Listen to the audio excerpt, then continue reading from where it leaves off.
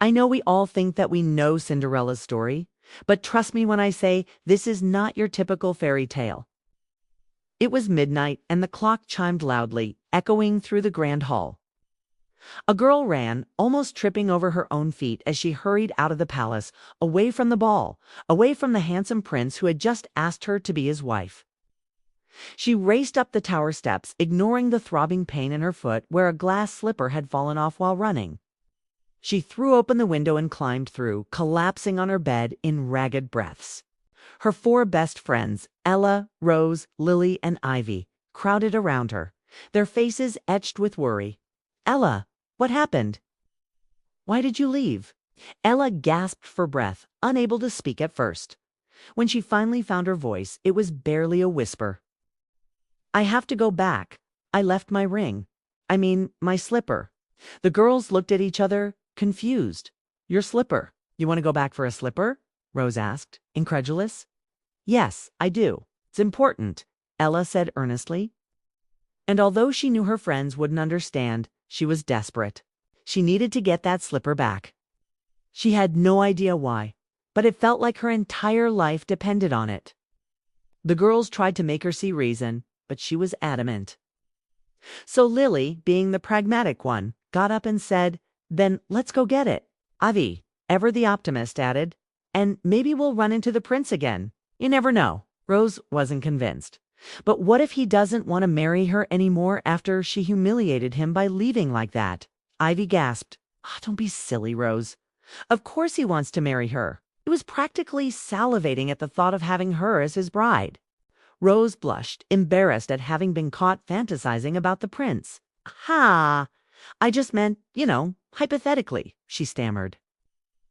Meanwhile, Ella was struggling to tie the laces of one of her slippers. They were both silver, but one was now scuffed and dirty from her mad dash through the streets, while the other glittered patiently in its box. "This isn't going well," she muttered, shoving the shoe back in. She sighed. She didn't want to disappoint her father, especially not when he had given her these shoes, her favorite pair of shoes, for her 18th birthday. Not knowing that it would end up like this?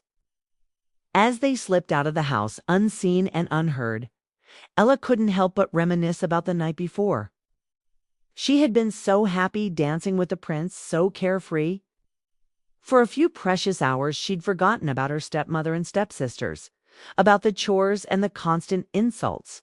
She'd even managed to ignore the envious glances from the masked women at court. Wondering who she was and how she dared show up without an invitation. They arrived at the palace just as the sun was peeking over the horizon, painting the sky in hues of pink and orange. The royal gates were closed, but Ella knew just where to enter. Sneaking in through the kitchen, she found the discarded remnants of the previous night's feast and tiptoed past the servants, who eyed her suspiciously. In the grand hall, Ella's heart sank. There were no signs of anyone. As she made her way to the throne room, she passed by the balcony where she had fled the night before. She stopped, staring at the city in the distance. She didn't want to return to her old life. She didn't want to give up on the chance of a new beginning, a better life. But without the ring, which she'd lost in the frantic escape, she couldn't possibly prove her identity. Suddenly, a familiar voice startled her. "Looking for something, Cinderella?" Ella whirled around to find herself face to face with the stepsister she had always secretly envied. Seraphina stood there with a wicked smile, her eyes gleaming with malice. "What are you doing here?" Ella snapped, her tone betraying her fear. Just making sure the little bird didn't fly away," Seraphina said, feigning innocence. Then her smile widened, revealing a flash of sharp teeth. "Did you really think you could escape us, Ella? We know who you are, and soon everyone else will too." Ella's blood ran cold. She had known her stepsisters would come looking for her, but she hadn't realized they'd found her so quickly. How had they known she was at the palace? Before Ella could respond, Seraphina struck, sending a searing pain through Ella's leg. Ella cried out, clutching her wounded knee. "You stupid girl!" Seraphina spat, kicking at her. "If you want to play the princess, then play the part. At least you won't look so ridiculous with a broken leg." She turned to go, then paused. "Oh, and Cinderella," she called over her shoulder, her voice dripping with false sweetness. "Don't bother looking for your slipper. The only pair of shoes that fit you are gone." With that, she disappeared down the hallway, leaving Ella alone in the vast, echoing chamber. Tears streaming down her face, Ella slumped against the wall, feeling utterly defeated. She was hurt, scared, and now probably going to be arrested for trespassing. What was she going to do? And then she remembered. The prince. If anyone could help her, it was him. But how could she reach him? She had no idea. She sat there for a long time, the weight of her situation crushing her spirit. Finally, when she felt a bit stronger, she slowly got up, leaning heavily on the wall for support.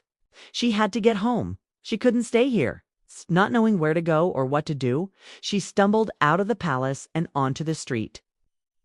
As she made her way through the bustling crowds, she heard the sound of singing. She followed the music until she came upon a small cafe. People were gathered outside listening to a young woman with a beautiful voice as she sang of faraway lands and magical creatures. Ella stepped closer, mesmerized by the enchanting melody. When the song ended, the crowd applauded and the singer smiled, bowing in appreciation. Suddenly, Ella recognized her. It was Rose, and then she saw Ivy and Lily sitting at a table nearby, waving at her. Relief washed over Ella. She knew she could trust them. She joined her friends at the table, and they listened as the singer finished her tea. "I can't believe you're really doing this, Rose," Ivy said, her voice filled with awe. "I thought you were just making it up." Rose chuckled. "No, I'm serious. I've always loved singing, but I was too afraid to do it in public." "Well, you have nothing to fear," Lily added reassuringly. "You're amazing." Ella, however, was thinking of something else. Could Rose help her? She had a wonderful voice and knew how to use it. Maybe she could somehow get Rose to sing for the prince. But how? Suddenly, she had an idea. "Rose, you should sing at the next royal ball," she blurted out. All eyes turned to her, and Ella realized she had spoken too quickly. She stammered, blushing furiously. "Why would I do that?" Rose asked, confused. "Because the prince will be there," Ella said, hoping she didn't sound too eager. "He loves beautiful voices. I'm sure he'll invite you to perform." Rose considered this, then a slow smile spread across her face. "Well, that sounds like fun. Let's do it." At the palace, Prince Caius paced impatiently in his study, his mind still on the mysterious girl he had met at the ball. Her beauty, her grace, her kindness, everything about her had captivated him. He picked up one of the discarded gloves she had left behind and held it to his face, inhaling deeply. He wanted to find her, to see her again. His thoughts were interrupted by the arrival of his advisor, Lord Beaumont.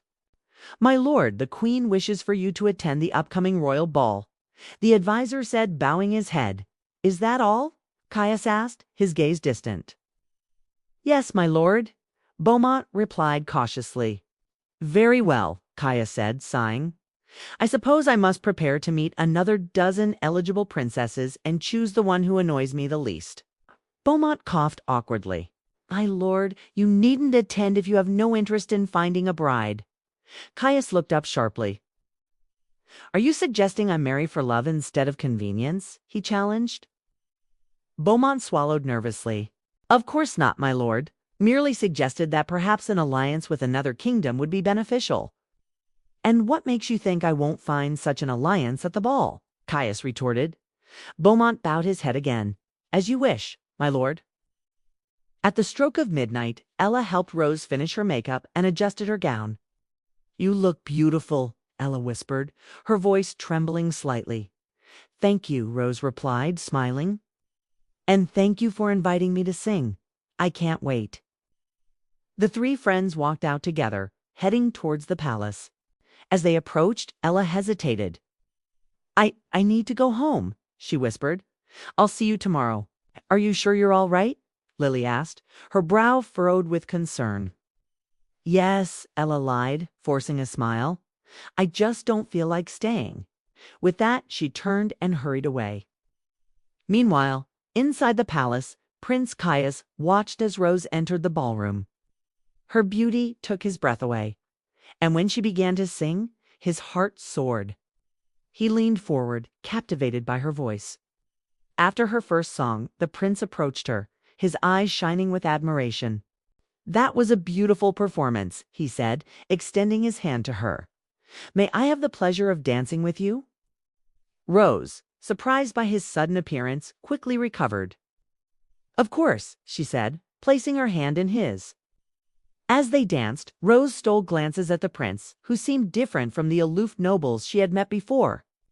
There was a warmth in his eyes, a genuine smile on his lips. Suddenly, the music changed, and the prince led her to a secluded corner of the room. "May I request another song?" he asked. "For me alone?" Rose nodded, and as the music began, she poured her heart and soul into the melody. The prince swayed with her, completely lost in the moment. As the last note faded away, a loud crash echoed through the ballroom, followed by gasps and screams. The prince and Rose turned toward the commotion and saw a familiar figure standing amidst a pile of shattered glass. It was Ella. In her hand was the remaining slipper, the one that had caused all this chaos.